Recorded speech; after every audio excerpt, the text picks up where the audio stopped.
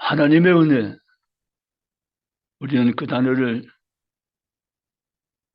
떠올리기만 하면, 생각하면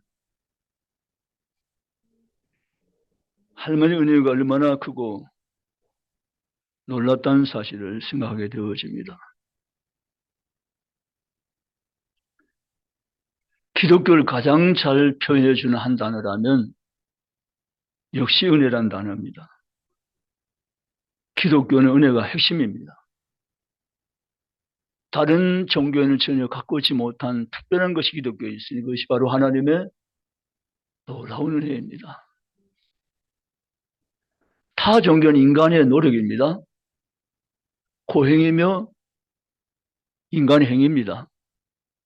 그럼 오직 기독교는 그것이 아니라 하나님의 전적인 은혜입니다.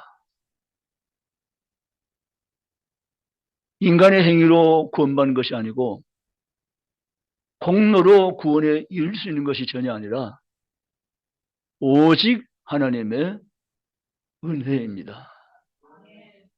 그래서 우리는 하나님 은혜를 생각할 때 얼마나 감사한지, 나 같은 죄인 살리신다는 찬양 우리가 함께 불렀습니다. 얼마나 은혜가 되는 찬양인지 모릅니다. 하나님의 은혜.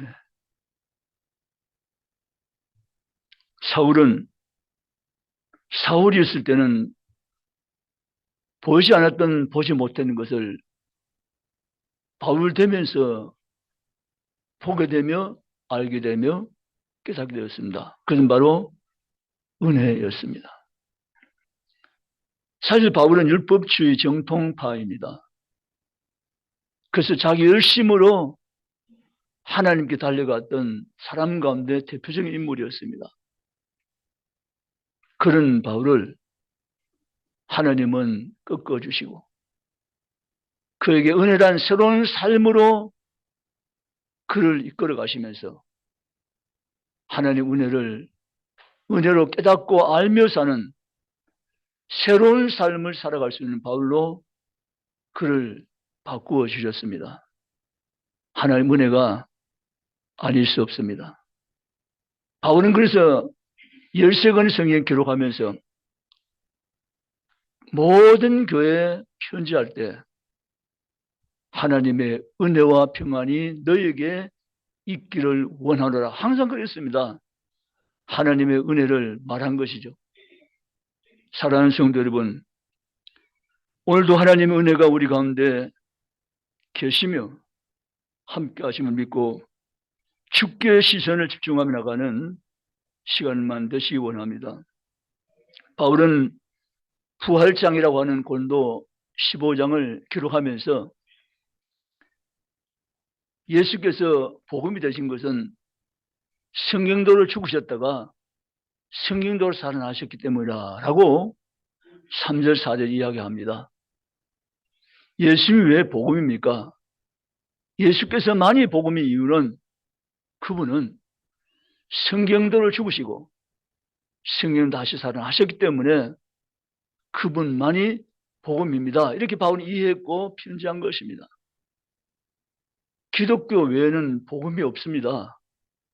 왜냐하면 기독교만이 유일한 복음인 것은 예수님만이 성경대로 이 땅에 오셔서 성경대로 죽으셨고 성경대로 살면 다시 부활하신 유일한 분이기 때문에 오직 예수님만이 복음인 줄로 믿습니다. 바울은 하나님의 은혜를 경험하면서 그걸 알기 시작했습니다.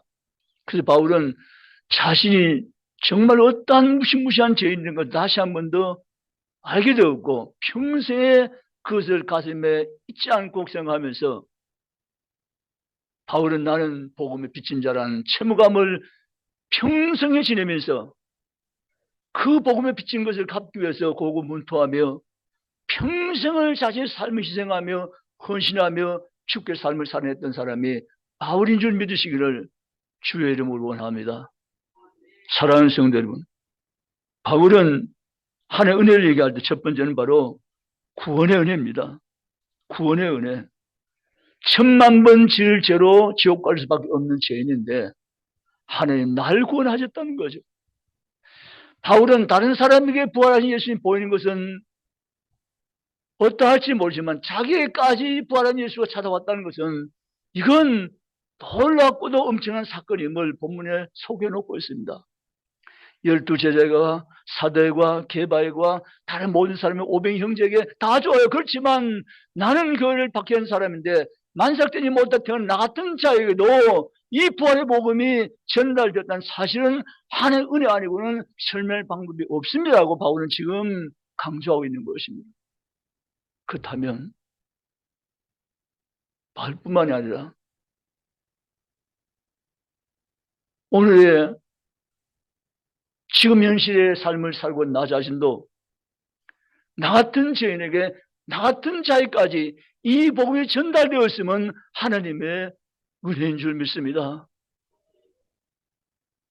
내가 누구인가를 모르면 차라리 괜찮겠는데 내가 누구인가를 너무 잘 아신 주님이신데 내가 어떠한 사람을 너무 확실하게 분명히 아시는 주님이신데도 불구하고 그런 거 다 문제 삼지 않고 내게 바울에 같이 복음을 전달받게 하여서 하나님의 은혜를 내가 알게 하시고 날 구원하신 주님의 은혜를 내가 경험하게 하시고 이 땅을 살아낼 수 있도록 나와 늘 함께 하신 주님의 은혜를 생각할 때 얼마나 감사한지 모르는 것입니다.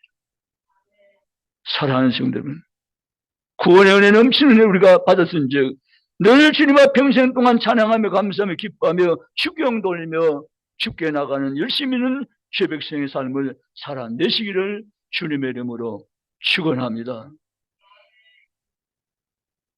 두 번째는 직분의 은혜입니다. 하나님께서는 하나님 부르신 모든 자에게 직분을 주십니다. 사명을 주신다는 거죠. 여러분 부탁드립니다. 내게 사명이 있음을 분명히 깨닫고 그 사명을 가지고 삶의 이유를 회복하시고 남은 내 삶을 가치 있게 보람 있게 의미 있게 삶을 살아낼 수 있는 그리스도인 되시기를 주의 이름으로 원합니다. 직분의 은혜입니다. 바울은 디모데전서 1장 12절에 나를 충성되이 여겨 내게 직분을 주셨사오라고 고백했던 것입니다. 바울은 그러므로 나를 충성되이 여긴 주님의 그 충성 그것을 항상 생각하면서 바울은 나를 충성되이 여긴 주님의 그 은혜를 기뻐하면서 자신의 모든 인생을 사명 감당하는데 모든 걸 다 쏟아부은 것이 바울의 일대기의 삶이었음을 아시기를 부탁드립니다. 바울은 사실은 다메섹에서 예수를 만난 그날부터 그가 순교자로 부름받기까지 다른 것을 뒤돌아보지 않았습니다. 땅의 것을 뒤돌아볼 겨를이 없었습니다. 위에서 불심의 부름의 상을 바라보면서 위의 걸 찾으면서 항상 주님만을 집중하면서 평생을 올곧게 살아간 신앙의 인물이었습니다. 정말 우리가 따라가야 되고 본받을 인물인 줄 믿습니다. 근데 우리는 왜 자꾸 옆을 보는지 모르겠어요. 왜 자꾸 뒤돌아보는지 모르겠어요. 왜 자꾸 가다가 주저앉는지 모르겠어요. 사랑하는 성도 여러분, 열심을 내고 주를 섬기시기를 주의 이름을 축원합니다. 시간이 없습니다. 기회는 항상 것이 아니라는 사실을 잊지 마시기 바랍니다. 여러분, 지금 있는 시간이 내게 기회입니다. 나중에 하겠다고요? 훗날 하겠다고요? 아닙니다. 지금이 기회입니다. 아멘. 지금 열심히 하셔야 됩니다. 지금 충성하셔야 됩니다. 지금 사명 감당하며 죽게 달려가셔야 됩니다. 아멘. 믿으시기를 주의를 축원합니다. 지금 미얀마에 있는 김은성 소식 들 때마다 너무 죄송하고 미안해요. 사실 미얀마는 가야 할 곳이 아니에요. 내전이 계속되고 정말 치안이 유지되기 어려운 나라예요. 불안한 나라예요. 지진이 겹쳐서 난리가 난 나라예요. 근데 김일성 사님은 그곳을 떠날 수 없다고 말하고 있어요. 마치 언더우드 아펜스로 승사했던 고백처럼 말이죠. 지금도 그러한 사람들이 있기 때문에 하나님의 나타나심이 역사하심이 지금도 삶 가운데 역사 가운데 진행됨을 믿으시기를 주의 이름을 축원합니다. 그가 누굽니까? 그가 바로 사명자입니다. 사랑하는 성도 여러분, 여러분 직분을 받으면 그 직분은 명예 아니에요. 타이틀이 아니에요. 그 직분은 내가 너에게 명한, 내가 너에게 요구하는 바라는 그 사명을 감당해내라고 우리에게 하나님은 직분을 주신 거예요. 아멘. 제가 목사의 직분 받았잖아요. 목사 이름만 가지고 타이틀만 가지고 세상을 빙빙 돌아다니면서 영적 일에는 관심도 안 쓰고 준비도 안 하고 노력도 안 하고 성도 돌아보는 일은 팽개치고 성도를 위해서 영혼을 품고 기도하지 않고 날마다 밖으로만 놔둔다면 그런 사꾼 목사죠. 진짜 목사 아니죠. 진짜 양을 인도하는 목사가 아니죠. 여러분, 하나님의 직분 주신 것은 하나님 일을 이루시라고 직분을 줄 줄 믿습니다. 바울은 그걸 깊이 있게 받아들인 사람입니다. 나를 충성되이 여겨 내게 직분 주시면이라고 말했습니다. 그래서 바울은 나를 충성되이 여겨주신 주님의 신뢰하심을 바울은 기대를 어긋나지 않게 해드리기 원해서 바울은 날마다 자신을 쳐서 죽이면서 사명자의 길을 걸어간 것을 믿으시기를 주의 이름으로 축원합니다. 여러분도 바울처럼 이 길을 달려가며 이 길을 우리 붙잡고 직분을 소중히 여기면서 사명 감당하는 데 최선 다하는 성도가 다 되시기를 주님의 이름으로 축원합니다. 세 번째, 내 하는 일이 헛되지 않은 은혜입니다. 따라서 내 하는 일이 헛되지 않은 은혜. 여러분, 우리가 세상에서 많은 일들을 할 수 있습니다. 하나님은 하나님 앞에 여러분들이 섰을 그때 주의 이름으로 한 일이 무엇이냐고 우리에게 다 계산해서 상급을 내려주십니다. 여러분, 그래서 우리가 하는 수고가 헛되지 않음을 정말 믿으시기 바랍니다. 우리가 여기서 하는 모든 삶, 모든 것이 주를 위해서 하는 일이라면 그건 한 톨도 없어지는 것이 아니라 하늘나라에 그대로 다 갚아짐을 믿으시기 바랍니다. 그 세상 사람들이 하는 기준과는 우리 기준 달라요. 사실은 목사님이 몰라도 괜찮아요. 우리 성도들 서로 간에 몰라도 괜찮아요. 누가 알아주지 않아도 괜찮아요. 하나님이 지켜보셨고 하나님이 바라보셨고 하나님이 아시면 되는 것입니다. 아멘. 오래 땅에 칭찬과 상급 많이 받는 것 별로 좋지 않아요. 옥하는 목사님이 그런 말씀을 하셨어요.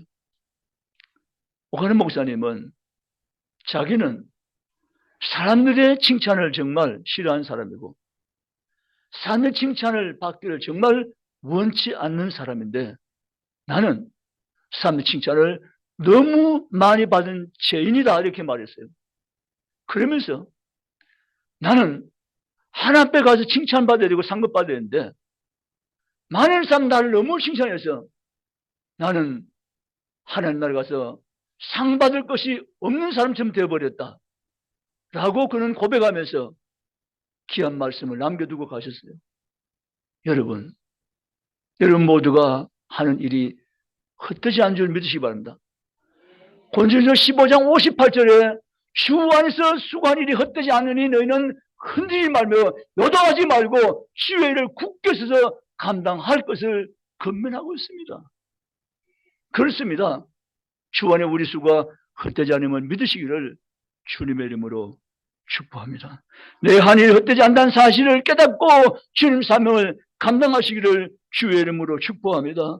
오히려 있잖아요. 내 한 일이 목사님 모를 때가 더 좋아요. 사람들이 몰라줄 때가 더 좋은 것입니다. 하나님 나사님 알 때가 더 행복한 것입니다. 그것을 경험하시기를 주의 이름으로 축원합니다.